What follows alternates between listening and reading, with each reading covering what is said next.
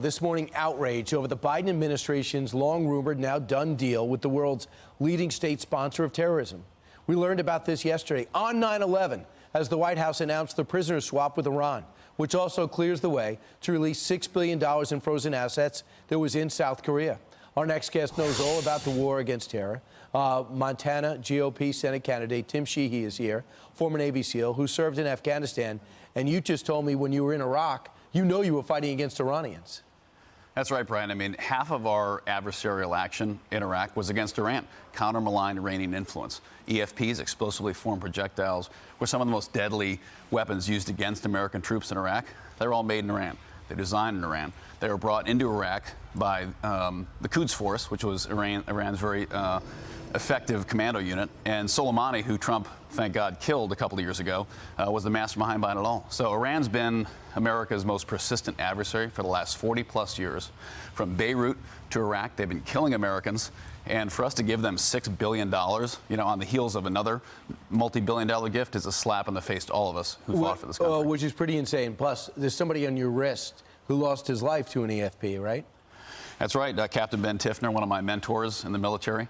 Learned a lot from him and his friends, and he was killed in 2007 by an EFP. I helped carry him off the plane in Dover, and it was the first time that I really had someone close to me get killed in combat. So I'm happy for those 5 families. They get their people back. I understand that. Brutal prison, horrible country, run by a group of terrible people. But we're going to get another 5. Because taking hostages pays, obviously. That was frozen. That money was frozen in South Korea by the Trump administration in 2019, $6 billion. It was oil money, so you're not getting it. Now they got it, and it goes to Qatar. Qatar says, we're going to hold on to it, and they can only use it for humanitarian purposes. How's that sound? The first axiom of dealing with terrorists for the last 40 years is you don't negotiate with terrorists. The more you give them, the more they take. So now they know, for the 3rd time in a row, because let's not forget Obama gave him billions of dollars back when he was in office too. Every time Iran takes something or wants something, we give it to them. We capitulate. And now they're going to continue their path to nuclear weapons. They're going to continue to undermine us around the world. And they're going to continue to be a state sponsor for terror because terror pays for Iran. So I know it means a lot to you. You're used to fighting. It's going to be a tough fight against Jon Tester, very popular in the state, even though it's a very red state and he's anything but moderate. Here's a piece of your ad that it goes out when? Today? Yep. Let's watch. Jon Tester still standing by Joe's side. Joe Biden, he's absolutely 100% with it, and he's doing a good job. Tell Jon Tester, stop standing up for Joe Biden and start fighting for Montana. So is he a moderate to you? Because that's what he calls himself. He's New York's 3rd senator. Very simple. And the policies we're just talking about are exactly why we need to get Jon Tester out of office and get a conservative majority back in the U.S. Senate, because we cannot keep giving billions of dollars to our adversaries, can't keep having an open border, and we can't keep running our debt to the point where it's unsustainable. Is it okay for the people of Montana that it was Senator Joe Manchin who stopped the erase of the Electoral College? It was Joe Manchin and Kristen Sinema who stopped adding 2 states. It was Joe Manchin and Kristen Sinema who pushed back against fattening the court. Jon Tester, the moderate, never said a word about any of this. Is that what the people of Montana want?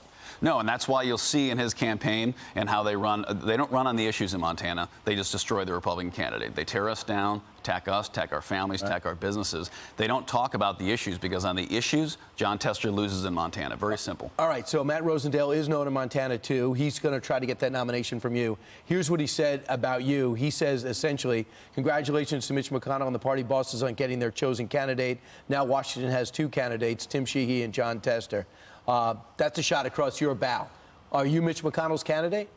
Absolutely not. But, that's been Matt's narrative. There's a difference between an outsider and an insider that nobody likes. And he's an insider that nobody likes, who's running for his 3rd term in Congress and has been a career politician, 8 offices in 13 years. I'm actually an outsider, combat veteran, 5 deployments. My wife's combat veteran as well, a Marine, businessman, created hundreds of jobs in Montana. I'm running because I care about the future of this nation, about my children's future. And I realize that the problems we need to solve have to be solved by a new generation of leaders. All right, and you are a new generation, and we're seeing that almost everybody in Congress is over 80. So it'll be good to be able to turn the page. Thanks so much, Tim. Great to see you. Thanks so much for your service, too.